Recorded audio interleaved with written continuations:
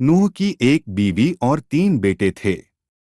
उसके बेटों के नाम थे शेम, हाम और येपेत। नूह के तीनों बेटों की एक एक बीवी थी। कुल मिलाकर नूह के परिवार में 8 लोग थे।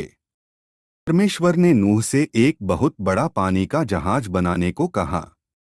वह जहाज दिखने में एक बड़े और लंबे बक्से जैसा होता।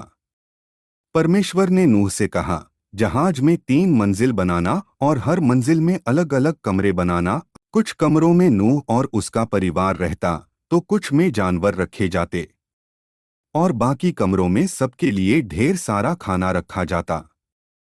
परमेश्वर ने नूह को यह भी बताया कि वह जहाज को अंदर और बाहर से राल या डामर से पोत दे, ताकि पानी जहाज के अंदर न जा सके। परमेश्वर ने नूह से कहा, मैं पूरी धरती पर बाढ़ लाऊंगा और धरती से हर चीज मिटा दूंगा।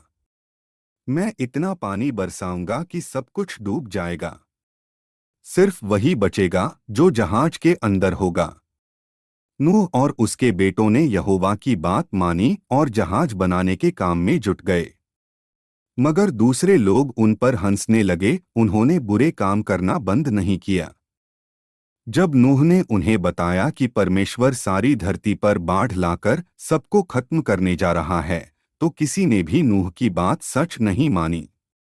नूह और उसके परिवार को बहुत बड़ा जहाज बनाना था, इसलिए इस काम में उन्हें कई साल लग गए।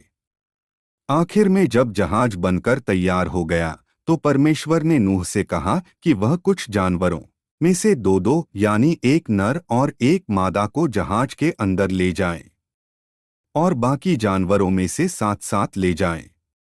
परमेश्वर ने नूह को सब किस्म की चिड़ियों को भी जहाज के अंदर ले जाने को कहा। परमेश्वर ने जैसा कहा था, नूह ने ठीक वैसा ही किया।